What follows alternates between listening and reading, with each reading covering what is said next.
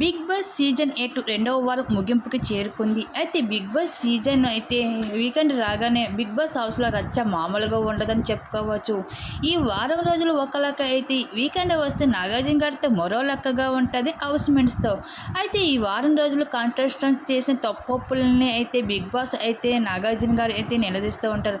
ఒక్కొక్క కంటెస్టెంట్స్తో అయితే మాట్లాడుతూ ఉంటారు. ఇంకా ఒక్కొక్క కంటెస్టెంట్స్తో మాట్లాడుతూ అయితే చివరిగా అయితే ఇంకా యస్మి గౌడ దగ్గరికి రావడం జరిగింది. ఇంకా యస్మి గౌడని అయితే నిలదీసి యస్మి గౌడపై అయితే ఫైర్ అయినట్లు తెలుస్తుంది నాగార్జున గారు. ఎందుకంటే ఈ వారంలో అయితే వరస్ట్ అంటే వరస్ట్గా ఉంది యస్మి గౌడగా నిలిచింది. ఫుడ్ టాస్క్లో నాగమణి కంటకి పాయింట్ ఇవ్వలేదు. ఆ పాయింట్ ఇచ్చుంటే ఇద్దరికీ సరిసమానంగా ఉండేది కదా అంటూ తనపైన అయితే ఫైర్ అవుతూ ప్రశ్నలు వేయడం జరిగింది హోస్ట్ నాగార్జున గారు. ఇంకా యస్మి గౌడ అయితే అక్కడ 6 ఉన్నారు, ఇక్కడ 2 ఉన్నారు, అందుకని వాళ్ళకి ఇచ్చానని చెప్పుకుంటూ వచ్చింది. అయితే ఇప్పుడు ఆర్గ్యుమెంట్ చేసేటప్పుడు చెప్పాలి కదా, అప్పుడు నువ్వు తర్వాత చెప్పావు అంటూ తనపైన అయితే చాలా ఫైర్ అయ్యారు నాగార్జున గారు.